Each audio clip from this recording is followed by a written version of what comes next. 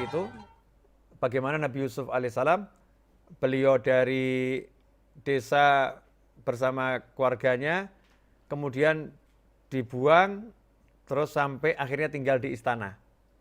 Cek, ada enggak keluh kesah? Enggak ada. Jadi enggak ada keluh kesah Nabi Yusuf alaihissalam sama sekali. Enggak ada keluh kesah.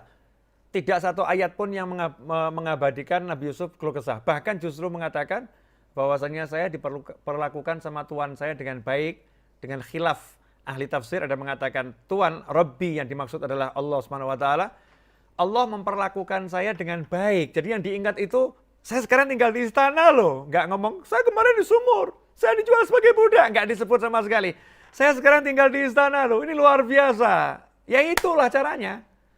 Caranya ingat yang baik. Kok sepertinya kita ini manusia yang terampau buta ya. Nggak bisa melihat yang baik itu loh. Yang baik itu sangat banyak, yang enak sangat banyak. Kenapa kita mesti fokus pada satu yang nggak enak? Itu yang menyebabkan kita susah. Yang nggak enak cuma satu, kenapa dilihat terus? Nggak usah dilihat. Lihat yang lain. Aku sehat, aku punya keluarga, aku punya ini. Lihat itu. Dipecat, just satu masalah. Dibenci orang, satu masalah. Masih banyak yang senang sama kita. Masih banyak yang dinikmat banyak. Kenapa kok nggak bisa lihat itu? Kenapa? Karena kita betul-betul menjadi manusia yang kurang bersyukur.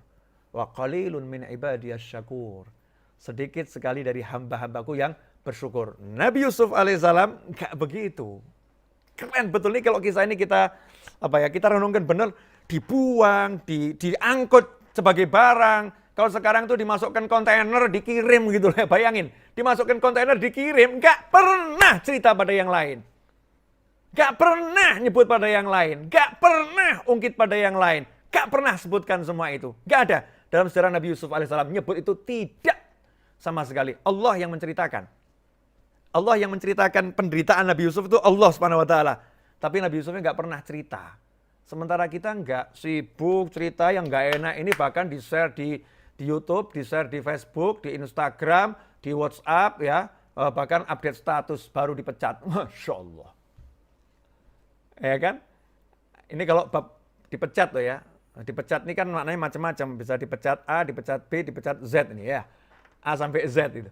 Yang disebut yang nggak enak aja. Makanya caranya biar bisa dari desa menuju istana adalah la in syakartum la'azidannakum wa la in kafartum inna adzabi lasyadid. Jika kalian bersyukur, ingat, ya, aku pasti akan nambah nikmat. Kalau kalian kufur, ingat, siksaku teramat pedih. La in syakartum la'azidannakum. Kalau kalian syukur, pasti aku tambah.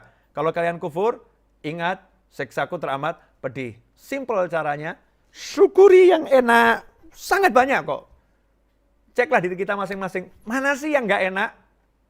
Gigi saya pecah, Habib. Cuma gigi satu yang pecah, yang 5 utuh kok. Kenapa kamu keluhkan yang pecah, yang 5 nggak kamu sebut? Ya, kenapa matamu yang sehat nggak kamu sebut? Kenapa telingamu yang bisa mendengar dengan lengkap ini nggak kamu sebut? Kenapa sibuk dengan satu gigi yang pecah? Akhirnya nggak enak hidupnya. Tapi kalau kita lihat yang enak-enak, kita akan dibawa ke yang lebih enak. Kita akan dibawa yang lebih enak. Ya, terima kasih.